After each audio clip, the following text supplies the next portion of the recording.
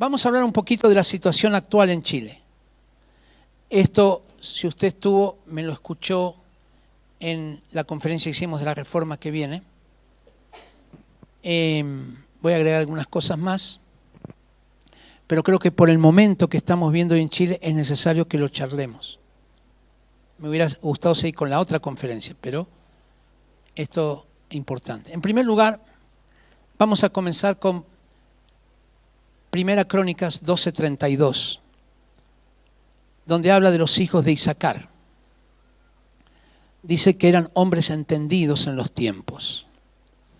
Y creo que Dios nos llama a todos nosotros a ser entendidos en los tiempos. Saber lo que estamos viviendo. Parte de saber lo que estamos viviendo es no desconocer la crisis que estamos viviendo. Claro, uno diría, bueno, ¿quién la puede desconocer con todos los incendios y todo lo que hay? Pero hay veces podemos conocerla a nivel mental, pero desconocerla íntimamente. Cuando aquellos que estaban en el cautiverio volvieron a donde estaba, creo que él estaba en Susa, Nehemías, le contaron cómo estaba Jerusalén. Y dijeron, mira, Jerusalén, los muros están derribados, las puertas quemadas a fuego. No le dijeron, mira, está todo bien. No, le dijeron la verdad. Un cristiano tiene que partir viendo la realidad de su país. No puede vivir de cosas místicas. Tiene que ver, esta es la realidad del país. Pero al analizar esa realidad, creo que Dios nos quiere llevar al área de la templanza.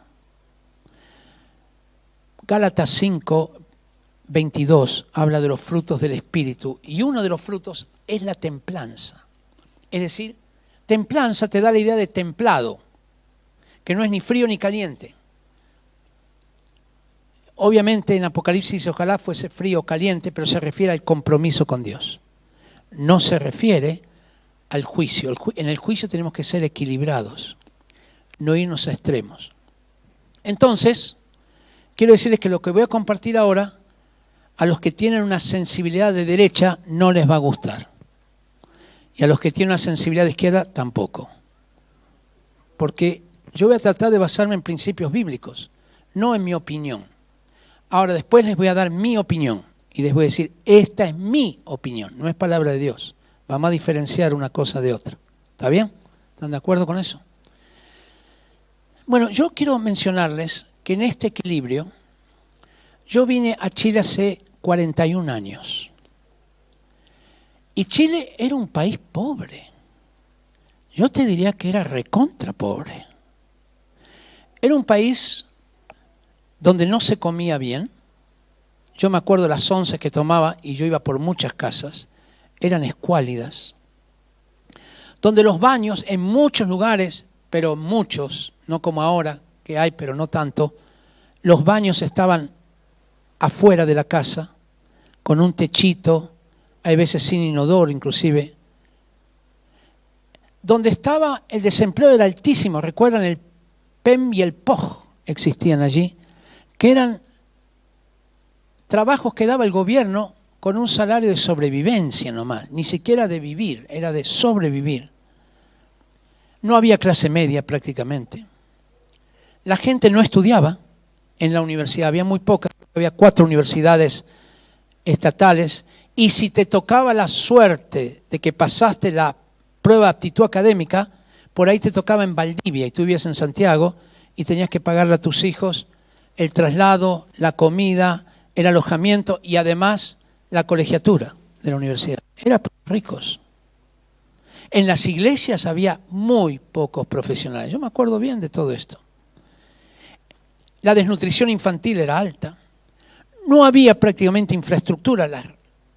Moverse de un lado a otro costaba horas hay veces. No había infraestructura suficiente de alcantarillado. No había infraestructura en muchas áreas. La movilización, recordarán las Matadero Palma, viejísimas. Estoy hablando de los que son de Santiago, recordarán bien, los que son de de regiones, no tanto, bueno, no había Matadero Palma ya, pero bueno. Y así, la pobreza estaba entre el 40 y el 50%. Se calculaba 43%, pero algunos la colocaban en 50% de pobreza. La mayoría de los chicos que están en las manifestaciones no vivieron esto. Entonces es difícil comparar lo que Chile progresó. Y yo sé bien porque vengo de un país donde era más rico que Chile en ese tiempo. Y hoy ese país sigue teniendo el mismo 40% de pobreza y Chile bajó del 43 o 50 algunos dicen 10.7, otros lo ubican en 8 y tanto. Pongamos 10.7. No es un logro menor haber producido este cambio en Chile en tan pocos años. Se terminó con la desnutrición infantil. Aquí tenemos un médico que se llama Monkeberg. Pocos saben de la obra que él ha hecho, pero él terminó con la desnutrición infantil en Chile. Un trabajo de 30 años que es envidiado y además copiado y tiene discípulos en todas partes de Latinoamérica, porque es un ejemplo de cómo Chile terminó con la desnutrición infantil. Comenzó a haber una infraestructura no conocida hasta esos momentos. Se redujo la mortalidad infantil, aumentó la expectativa de vida. Bajó el desempleo estaba en 6 a 7 puntos de desempleo. Actualmente, hasta que fue esta crisis, va a aumentar un poco. Aumentó la infraestructura en agua, luz, alcantarillado. Aumentó la clase media. Ahora hay clase media. Usted puede ver, hay clase media comparado a lo que había en aquel tiempo. La inflación está en un 2.5% anual. Ahora va a subir con esto, pero 2.5%. ¿Usted sabe lo que es eso? Yo vengo de un país donde está en 55% anual. ¿Cómo se puede vivir así? Y este año están celebrando que van a llegar al 40% anual, van a bajar la inflación, al 40% anual. Y en Chile estamos en el 2.5%. Las cuentas en Chile es un país ordenado. Las reglas se respetan. Usted ve empresarios de diferentes países y te hablan de Chile. Chile es un país donde se respeta las reglas de juego, no te las cambian a cada rato. La deuda externa es manejable. Chile era la joya para Latinoamérica hasta el 18 de octubre. Y el 18 de octubre algo pasó, los países comenzaron a decir, todo lo que vivimos es una mentira. Y yo quiero decir, no es una mentira. Lo que se vivió en progreso es una realidad. Es ser ciego, no reconocer lo bendito que fue este país. Y yo tengo mis teorías, que no se las voy a esgrimir acá, pero les voy a resumir. Yo creo que Chile fue un país temeroso de Dios. ¿Ya? Temeroso de Dios, con una baja corrupción hasta este año. Quizás hasta, ya viene de unos pocos años atrás. Pero hace unos cuantos años atrás, la gente comenzó a percibir que el progreso no llegaba para todos. Comenzaron a ver los abusos de las grandes empresas y la impunidad que había hacia estos abusos. La concentración de la riqueza se hizo cada vez más concentrada. Que el 1% de la población tiene, algunos hablan del 30%, la cifra oficial es más o menos 26.5% de la riqueza de Chile, el 1%. Que la riqueza se concentra en unas 20 a 25 familias. Que la luz aumenta un 9.3%, como fue el último aumento, siendo que la inflación es 2.5%. ¿Por qué aumenta 4 veces la inflación? Que el TAC aumenta 3.5% por año más la inflación. ¿Por qué aumenta un 3.5% por año, además de la inflación? Que el mar y los derechos de pesca quedaron en manos de unas pocas empresas, especialmente de una familia. No lo voy a nombrar porque está el video. Y que cuando comienzan a verse cómo fue esto, se enteraron que hubo coimas de por medio y hay algunos condenados ya por esto, algunos políticos inclusive.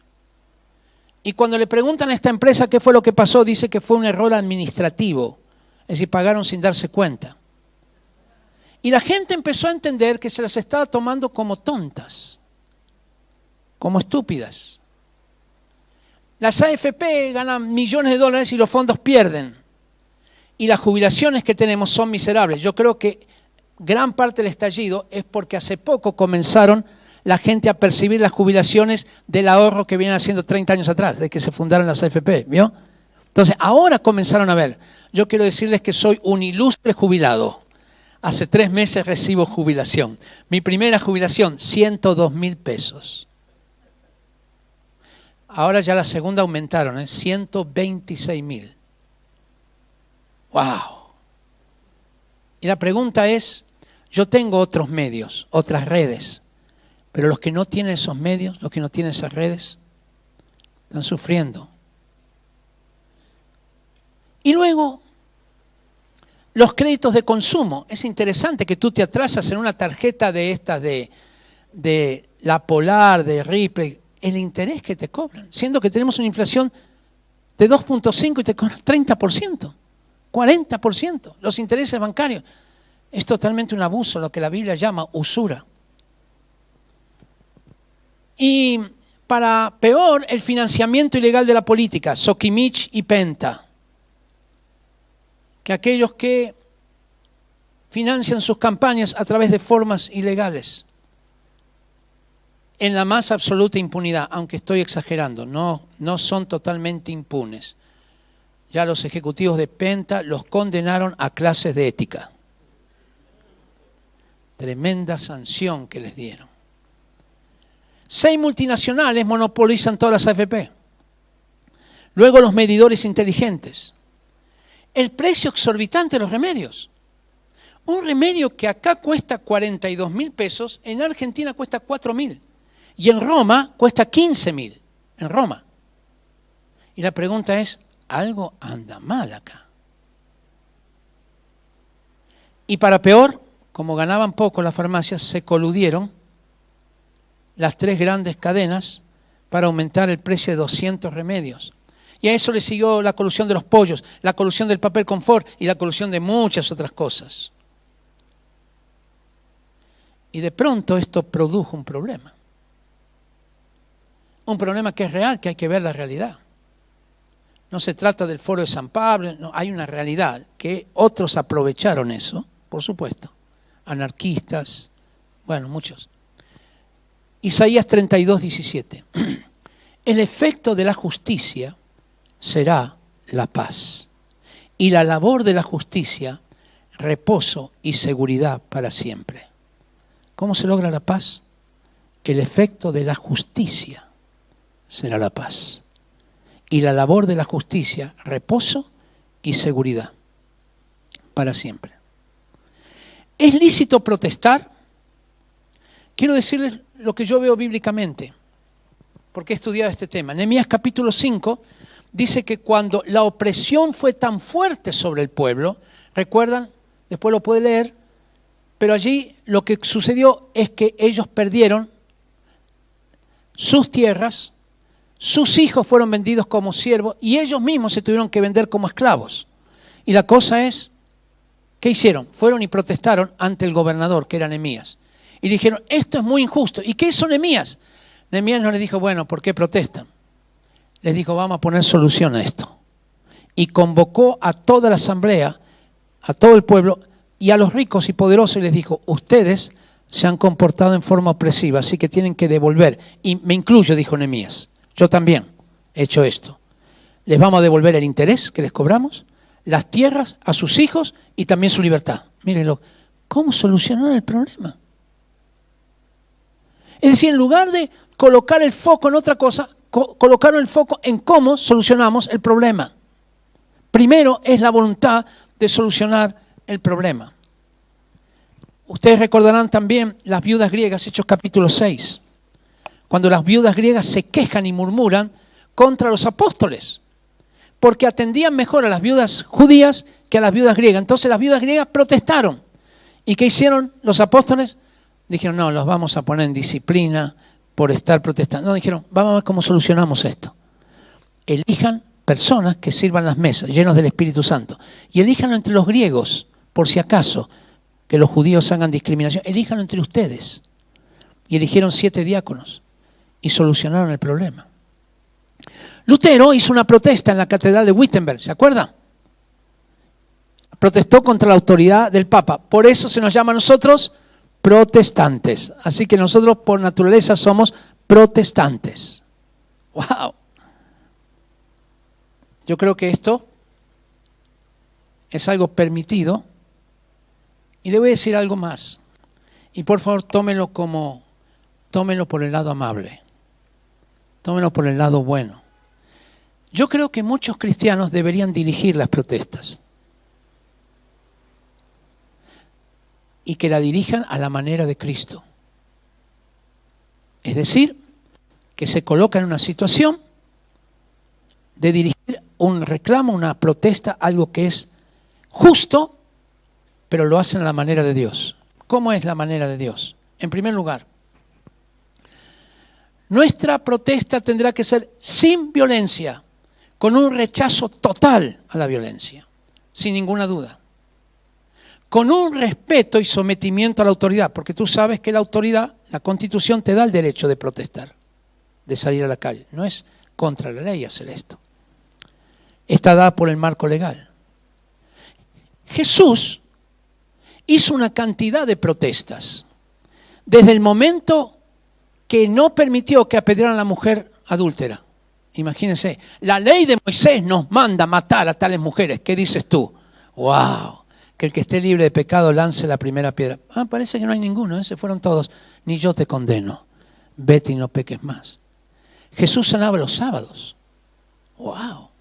Eso iba contra la ley, contra las costumbres. Comía con los pecadores. Habló con una mujer a solas cuando esto estaba prohibido por la tradición judía. Se acercó a los leprosos y los tocaba, lo cual estaba prohibido tocar a los leprosos. ¿Entiende lo que estoy diciendo? Jesús encaró un sistema de protesta que produjo un cambio en todo el Imperio Romano. No solamente en su generación, sino hasta hoy. ¡Qué maravilla! Pero Jesús nunca usó la violencia. Algunos dicen, Jesús fue el primer guerrillero. Muéstreme un guerrillero que no mata a nadie y muere por todos. Eso fue lo que hizo Jesús. No mató a nadie y murió por todos. Creo que nuestra protesta tendrá que ser soportando el agravio y no produciéndolo. Eso es poderoso. Y no solamente tenemos el ejemplo de Jesús, tenemos el ejemplo de Gandhi. Mahatma Gandhi era hinduista, pero fue educado en Inglaterra. Y tuvo contacto con grandes evangelistas, como Whitefield, por ejemplo. Y aunque no se convirtió al cristianismo, mucha de su cosmovisión estaba permeada por el evangelio. De tal manera que lo primero que hizo al llegar a India formó un ashram sin clases, sin castas, que era propio del hinduismo. Él no permitió las castas, a pesar que era un brahman él. Imagínense. Martin Luther King también era un pastor evangélico. Y Martin Luther King comenzó un movimiento de reforma para que los negros tuvieran las mismas derechos y libertades que los blancos. Y lo logró. Él decía, I have a dream, tengo un sueño. Cuando niños blancos y negros jugarán juntos en las plazas, irán a los colegios, se irán en el mismo transporte. Era tremendo. Pero eso sí dijo, ninguna violencia. Ninguna violencia. Jesús, Gandhi y Martin Luther King fueron asesinados los tres. Y aquí se plantea un desafío para la iglesia. Si estamos dispuestos a pagar el precio a la manera de Jesús. Si Martin Luther King no hubiera intervenido, había otro movimiento que buscaba lo mismo, pero por otros medios. Estaba dirigido por Malcolm X. Malcolm X era un musulmán violento, quería el exterminio de todos los blancos. Martin Luther King no quería el exterminio, quería que blancos y negros jugaran juntos en las plazas. La pregunta es, ¿qué hubiera pasado si Martin Luther King no hubiera tomado esa causa? La hubiera tomado Malcolm X y hubiera habido un baño de sangre. Hubiera habido una guerra civil. Por eso les digo que muchas protestas, no todas porque hay que tener cuidado, pero no puedo entrar a eso ahora, deberían ser dirigidas por cristianos comprometidos, que aman a Dios por sobre todas las cosas y que no permiten la violencia. ¿Qué es lo que la palabra nos enseña? Romanos 13, del 1 al 5. Someterse a la autoridad. Los carabineros son autoridad. Ellos tienen un uniforme para llevar adelante la autoridad y deben ser respetados. Y por lo tanto, les debemos obediencia a ellos. Pero la autoridad tiene que someterse a la ley. Recuerden lo que dijimos de Acab y del rey David. Toda autoridad tiene que someterse a la ley. Así que cuando un carabinero abusa sexualmente de una mujer, abusa y tortura a alguien, debe ser juzgado y condenado. Y no hay eufemismos para esto. Respetamos la autoridad, pero cuando la autoridad deja de representar al autor, entonces debe ser juzgado por otra autoridad. De ahí la división de poderes. Debe ser juzgado. No se los puede defender a esos. Pero sí hay que defender la institucionalidad de las instituciones. Y ya les hablé del caso de la viña de Nabot. Pero hermanos, quiero decir lo siguiente. Yo creo que el problema en Chile no es solo económico. No es solo económico. Si tú vas a una de estas manifestaciones o las escuchas por YouTube, vas a escuchar algo así que dicen: el pueblo no se va, el pueblo está en la calle pidiendo dignidad. El real problema no es solamente económico, es un problema de dignidad. Déjeme explicarle esto. Cuando yo llegué a Chile, vino un amigo mío, yo llegaba, él no sabía mi condición económica, y me dijo: Ricardo, tú tienes que buscar un barrio decente para vivir, es decir, de Plaza Italia para allá. En ese momento yo no sabía ni dónde quedaba la Plaza Italia, pero después me fui dando cuenta que en Chile parece que la Plaza Italia, por algo se llama hoy Plaza de la Dignidad, como divide, en un sentido, es Santiago que divide, no todo el país, pero es muy representativo en un sentido de Chile. Y entonces se dice: mira, acá tenemos este problema. Si los barrios decentes están de Plaza Italia para allá, de Plaza Italia para acá, ¿qué barrios están? A contrario censo, los indecentes. Y esto no es una cuestión solamente de lenguaje, aunque el lenguaje involucra mucho, sino es una cuestión de realidad. Y me di cuenta que este país, con todo lo maravilloso y cómo amo a este país, tiene un problema. Y este problema es que es un país clasista y segregador. Y esto es una realidad de este país. Y como yo venía de un país que no tiene demasiados problemas, pero no tiene ese, justo. Era muy evidente para mí como extranjero ver el clasismo y la segregación que había. Segregación es muy importante por lo siguiente: los que hoy están tomando las decisiones para los cambios, sean de izquierda o derecha, ¿dónde viven? ¿En los barrios decentes o en los indecentes? Adivine. Todos viven de Plaza Italia para allá. Que cuando tienen a su esposa enferma, a su esposo, lo llevan a la clínica Las Condes o a la clínica alemana. No lo llevan a un hospital público. Entonces, ¿cómo pueden ellos entender el drama de la gente que tiene que llevar y esperar 3 años una operación y cuando lo llaman está muerto? Es muy difícil que puedan entender eso. Es muy difícil. Ahora, yo les digo esto porque yo tampoco lo entendía tanto, aunque yo estoy en muchos barrios. Hasta que me tocó llevar a mi esposa a un hospital, al hospital de esta comuna, de Maipú. Tremendo hospital, increíble hospital que tenemos acá en Maipú. No hay médicos, pero el hospital es fabuloso. Y mi esposa tuvo que esperar 5 horas y media con un dolor que le partía el físico a ella y el alma a mí. Y después de 5 horas y media le dieron un calmante. ¡Wow! Tremendo. Al otro día estaba con el mismo problema. La volví a llevar esperando que ahora sí la internaran. 5 horas y media más, pero ahora la van a internar. Dije, no, señora, esto no es tan grave. Ahora, si le da una peritonitis, una pancreatitis, porque la piedra le cayó ahí sí la operamos. Está de muerte, sí. Y esto a mí me indignó. Y yo puedo pensar en la cantidad de gente que lleva a las personas a un hospital y le atienden de esa manera. Así que la tuve que llevar a un lugar privado, buscando lo que no tenía. ¿Saben cuánto la atendieron? En 5 minutos. ¿Y saben cuánto la operaron? En 2 días. Y me dijo el médico, esto era peligroso. Y me explicó por qué, no voy a entrar a eso. Entonces, ¿cómo puede alguien entender cuando no tiene problemas ni en educación, ni en salud, no tiene problemas en la jubilación, no tiene...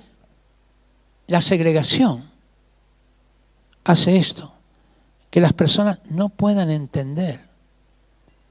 Yo he estado en un programa de televisión con políticos, ahora creo que voy a volver a estar a partir de marzo. Y no debería decir esto con las cámaras, pero lo voy a decir. Total, lo dicen todos, así que... Los políticos con los que estuve, de derecha, de izquierda y de centro, no tienen idea de Chile.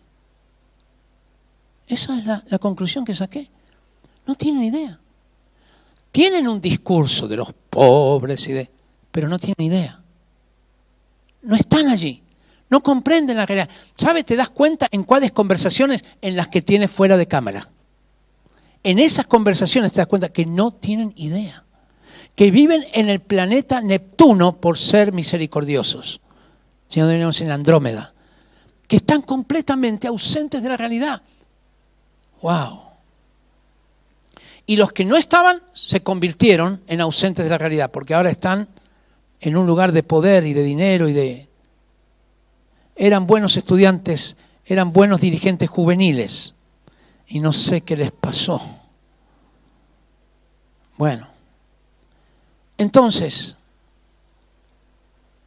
amados, será muy importante esto, entender los principios bíblicos.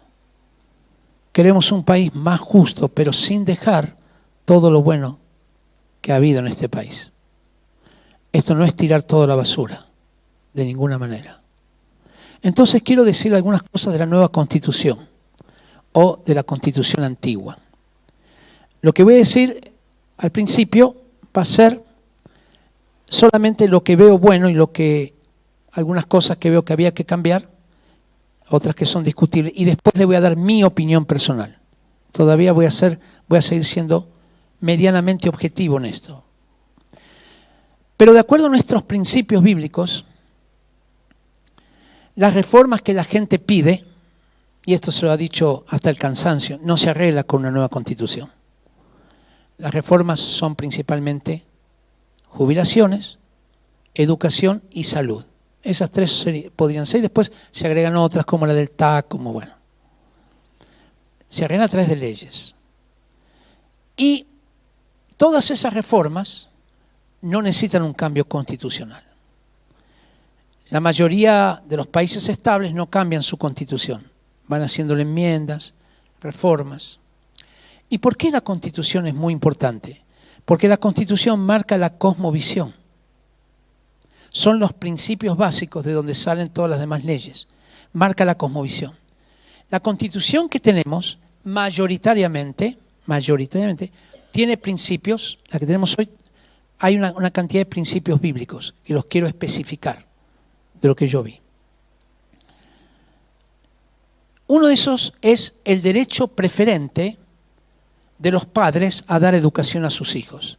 Este es un derecho tremendamente importante, porque por ejemplo nos permite tener homeschool, nos permite tener, como tenemos nosotros, comunidades educativas, nos permite inclusive tener colegios particulares subvencionados, pero con una un programa, con un proyecto de colegio que va de acuerdo a principios bíblicos.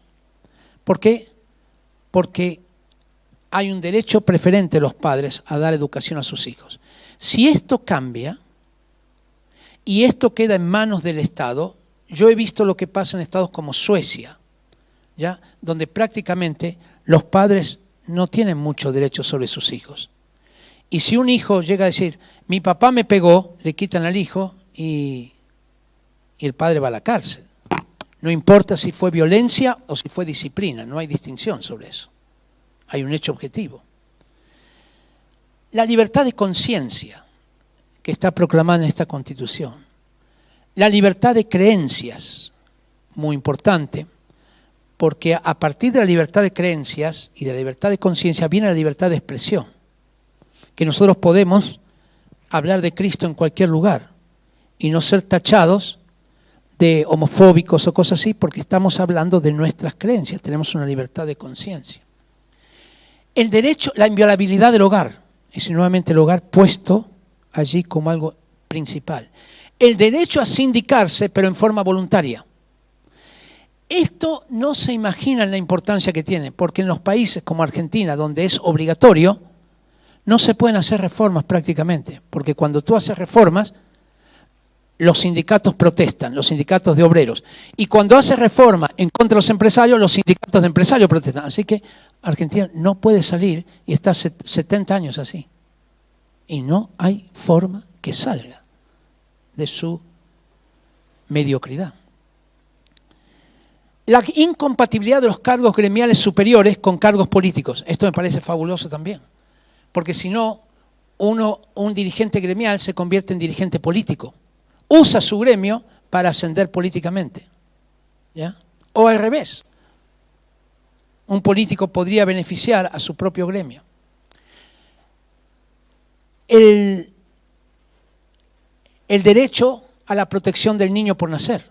La protección del niño por nacer.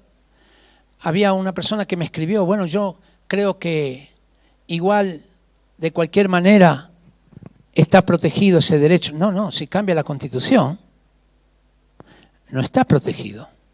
Dice, bueno, pero hay aborto. Y sí, pero hay aborto en 3 causales. Que no es lo ideal tampoco, pero hay en 3 causales. Y cuando usted recuerda esas 3 causales, aún esa ley fue llevada al Tribunal Constitucional, que tuvo que votar, y una parte votó a favor, que era constitucional, y otra parte en contra. Así que no era muy clarito que fuera tan constitucional, y si hoy se llevara al Tribunal Constitucional sería mucho más fuerte el proclamar el aborto libre. ¿Me explico? La Constitución tendría mucho más peso que si se sacara eso. También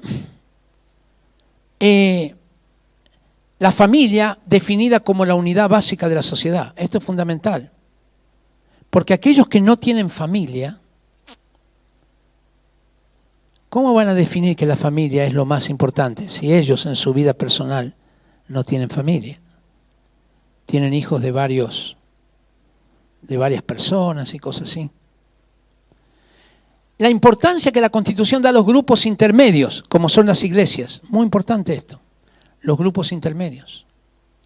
El concepto de naturaleza humana. Ahora este concepto es unos conceptos que nadie habla, pero si lo borran de la Constitución, caemos en un posmodernismo, porque la naturaleza humana es un concepto que está vinculado a la creación de Dios, a que hay un Dios que te dio naturaleza humana. Por eso los racionalistas quitaron eso y lo reemplazaron por la razón, y los posmodernistas lo reemplazaron por el lenguaje. Ya no te hablan de naturaleza humana, porque la naturaleza humana supone que hay leyes naturales que no puedes violar, ¿me entiendes? Entonces, si se quita ese concepto de naturaleza humana del cual nadie habla, pero estaría en la vista de muchos de los que lo quieren reformar, estaría esto. Se podría, algunas cosas que yo creo que serían bastante discutibles, sería interesante analizarlas. Por ejemplo, el derecho de los particulares sobre las aguas. Personalmente yo creo que eso no debería ocurrir así. Creo que eso debería ser cambiado. ¿Ya? Que el derecho sobre las aguas fuera del Estado. Porque acá dice la Constitución actual que otorgará a sus titulares la propiedad sobre ellos. Y eso es peligroso, porque el agua es de bien común, pero esencial. Hay otras cosas de bien común, pero el agua es esencial. También creo que habría que discutir, pero eso no tengo una postura, si el sistema tan ultrapresidencialista debería seguir o si debería ser de otra manera. Eso no tengo una postura sobre eso. Porque hoy muchas iniciativas corresponden al presidente. Si el presidente dice que no, es no.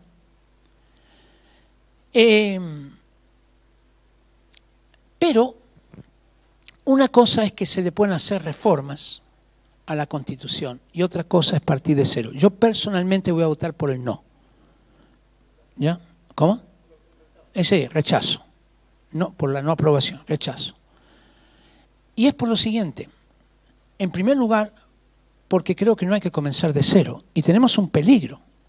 Si no se aprueban las reformas, está en discusión qué pasa si queda la antigua Constitución o si no queda en la Constitución. Si no queda en la Constitución, quiere decir que luego el Parlamento con votación simple podría cambiar una ley. A diferencia de lo que hay hoy, que es 2/3 tendría que cambiar para cambiar la Constitución. Esto lo veo peligroso, porque entonces podríamos cambiar cualquier precepto constitucional diciendo, bueno, no se aprobó por 2/3, está bien, entonces no se incluye.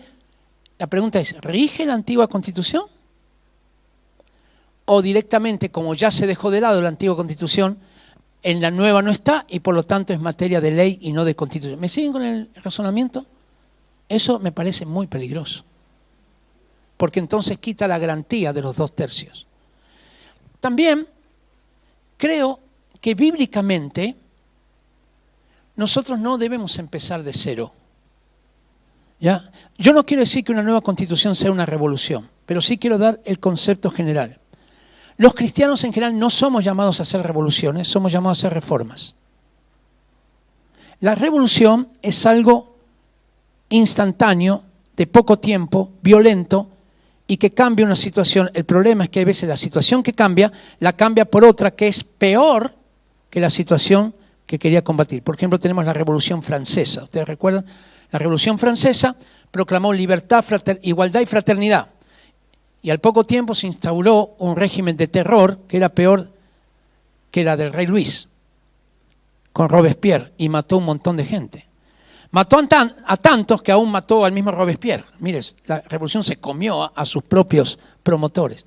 Y cuando hablamos de la revolución bolchevique de 1917, que era igualdad para todos, libertad, ser libre del zar Nicolás II y todo esto, al final terminó con un régimen como el de Stalin, que mató a 27 millones de personas. En cambio, el cristianismo hizo reformas poco a poco. Y las reformas que hizo, algunas de las que les nombré, pero también el valor de los niños, la identidad del ser humano, el concepto de misericordia, el valor de la vida, la abolición de la esclavitud, la protección a los más débiles. Todo eso lleva 20 siglos, un poquito menos porque algunos fueron del siglo IV, pongamos 17 siglos. Porque las reformas tomaron tiempo, pero cuando se instalaron, ¡wow!, duran por todo el tiempo. Eso es como los cristianos actúan, no a través de revoluciones violentas. 2 palabras para terminar. Una es la crítica a la iglesia. La iglesia hace todo mal. Vamos a tener cuidado en eso. Como ya les dije, la iglesia ha hecho mucho en lo social, pero no solamente en lo social. Vea un lugar donde la gente es más igual que en la iglesia. La iglesia tiende a minimizar desigualdades. Es bastante interesante esto. No las tiene completas, pero tiende a minimizar las desigualdades. Tú en una iglesia encuentras gente de diferentes clases sociales, en la misma iglesia. Así que honramos lo que se ha hecho. Pero hay un área donde no hemos hecho, que es la que dije antes. No nos hemos metido en ir en contra de las raíces.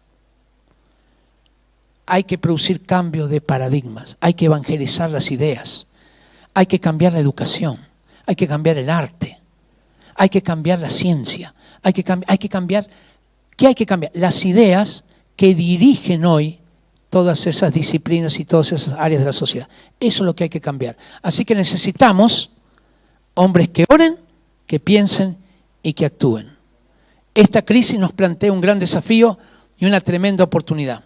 Joel 2:28. Los ancianos soñarán sueños. Ancianos de 60 para arriba, soñaremos sueños. No terminó tu vida. Sueña sueños todavía, que Chile puede ser transformado. Y los jóvenes verán visiones. Los jóvenes, vamos a ponerle acá a ser generosos, 40 para abajo, los jóvenes verán visiones. Ten la visión que este país puede cambiar para la gloria y usa tu profesión para su gloria. Daniel capítulo 11:32. Mas el pueblo que conoce a su Dios se esforzará y actuará. Y los 3 pasos de nuestro actuar. Número 1, orar. Y no lo pongas en el nivel 3 o 5, 28. Es nivel 1, orar. Porque nuestra lucha no es contra sangre y carne. Es contra principados, gobernadores, potestades de las tinieblas y huestes espirituales de maldad. Orar. La iglesia tiene que orar. Y me encanta que hay iglesias que están orando y ayunando por mucho tiempo. Y va a haber un cambio, hermanos. Sí va a haber un cambio espiritual. Segundo, hay que pensar. Tenemos que pensar, pero bíblicamente. Romanos 12:2. No os conforméis a este siglo, sino transformaos por medio de la renovación de vuestro entendimiento para que comprobéis cuál es la buena voluntad de Dios, agradable y perfecta. Hay que pensar, pero bíblicamente, cambiando paradigmas. Y número 3, hay que actuar. Hay que actuar. Hay que crear respuestas. No es solamente el pensamiento, hay que crear modelos. Por eso tenemos la reforma que viene, porque estamos creando modelos. Modelos de cómo levantar un centro deportivo con mensajes bíblicos. Modelos de cómo levantar una compañía de teatro con cosmovisión bíblica. Modelos de cómo escribir una novela, cómo levantar un preescolar, cómo levantar un centro de acogida de los niños abandonados. Y nos vamos metiendo y ganando áreas y siendo comunidad. Recuerde lo de comunidad. E influimos en cada área de la sociedad hasta que estemos en un lugar que también podamos cambiar leyes, instituciones y ocupar lugares de gobierno. Pero eso se gana. No es gratis. Hay que ganarlo. Hay que ganarlo. Y una de las cosas que le digo a los gobernantes o a los políticos que discipulo es conozcan el estado de sus ovejas. En toda esta área de los alcaldes, quieres ser alcalde, conoce tu comuna. Conócela, camínala, habla con la gente. ¿Qué le pasó a estos políticos? ¡Ay! Un estallido social. ¿De dónde habrá salido? ¿Se da cuenta? No tenían contacto con la realidad. Eso es lo que pasa. Yo creo que tenemos que levantar gente que tenga contacto con la realidad. Es decir, que tenga sus ojos puestos en el cielo y sus pies puestos en la tierra. Y el reino de Dios, que está en los cielos, se acerque a la tierra. Pero eso tendrá que basarse en una vida de oración, una vida de santidad. Porque no podemos decirle a otros que cambien cuando nosotros no cambiamos. Y en una vida de compromiso a la gran comisión. Y yo creo que Dios va a levantar misioneros en la educación, misioneros en la política, misioneros en los negocios, misioneros en la nutrición, misioneros en el arte, misioneros en la ciencia. Y van a ir cambiando paradigmas, no solamente que se conviertan en otros científicos, no, cambiar los paradigmas de ciencia. Aquello que ha regido la ciencia, aquello que rigió la educación,